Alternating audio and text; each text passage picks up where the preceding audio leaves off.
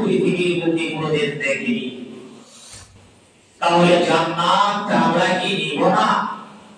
জান্নাত নেওয়ার আমাদের কি ইচ্ছা হয় না? সেই জান্নাত কি কমে যায় না? বিশ্বনবী বলেন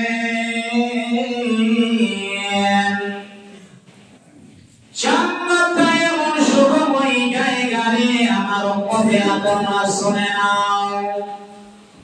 জান্নাতে যখন জান্নাতীরা চলে যাবে খুশিতে আটখানা হয়ে যাবে।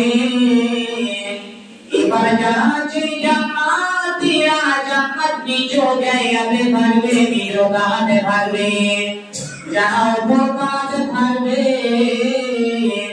সেই জান্নাতীরা ওই উপর গার জান্নাতীরাকে যদি মেরে দেখবে আনন্দ করবে, অনেক গীত গাইবে। পৃথিবীর বুকে আমরা তো কোনো কষ্ট পাই নাই, কোনো দুঃখ পাই নাই, কিছু পাই নাই, সমস্ত কষ্টকে ভুলে যাবে। যেহেতু জান্নাতকে যারা আছে কি দিয়ে, নিয়ম নীতি দিয়ে পৃথিবীর বুকে যতদিন সেই লোকটা চলেছিল, সেই লোকটা ঘোরাফেরা করেছিল, লোকের মাঝে হোক না কেন, সেই কোন জায়গায় হোক না কেন, সব জায়গায় সেই লোকটা কোরআন এবং হাদিসকে ফলো করে চলেছে। ওই লোকটা জান্নাতের নিয়ামতটা জান্নাত ঢোকার পরে দুনিয়ার কষ্ট ভুলে যাবে।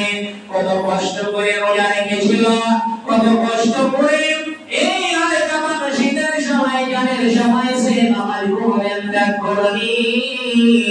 সেই লোকটা জাকাত প্রদান করেছে, হজের সময় যখন হয়ে এসেছে যখন সেই লোকটা আওয়াজ করেছে, ঈমান এখানে থেকেছে, মিথ্যা কথা বলেনি, চুরি করেনি, গীবত করেনি, হারাম পান করেনি, যত রকমের গুনাহ আছে সমস্ত রকমের গুনাহ থেকে বঞ্চিত থেকে ওই লোকটা সব কিছুকে ভুলে যাবে। আর জান্নাতীরা যখন জাহান্নামে যাবে কিঞ্চিত পরিমাণে একটু তাকে আযাব দেওয়া হবে, বলবে জীবনে আমি কোনোদিন সুখ পাই, সমস্ত সুখের পৃথিবী ভুলে যাবে। মনের ইচ্ছা দ্বারা সেই লোকটা চলে গেল, সমস্ত সেই আনন্দ সেই জায়গাকে ভুলে যাবে।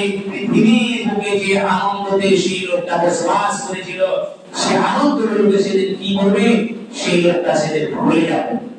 কিন্তু কিয়ামতের দিন সেই জান্নাতে যারা জান্নাতীরা যখন জান্নাতে চলে যাবে আনন্দে বাস করবে, শ্বাস পর্যায়ে এই লোকটা জান্নাতে যাবে, সেই লোকটা শাস্তি পাওয়ার পরে এবার উঠবে যাবে। যাওয়ার পরে সেই লোকটা যখন জান্নাতের দিকে তাকাবে, পিছন দিকে তাকাবে, তখন বলবে যাক আল্লাহ, ওই আল্লাহর তারিফ প্রশংসা করবে আর বলবে যে আল্লাহ রাব্বুল আলামিন আমাকে তো আপাতত এই অগ্নি থেকে বাঁচিয়েছে,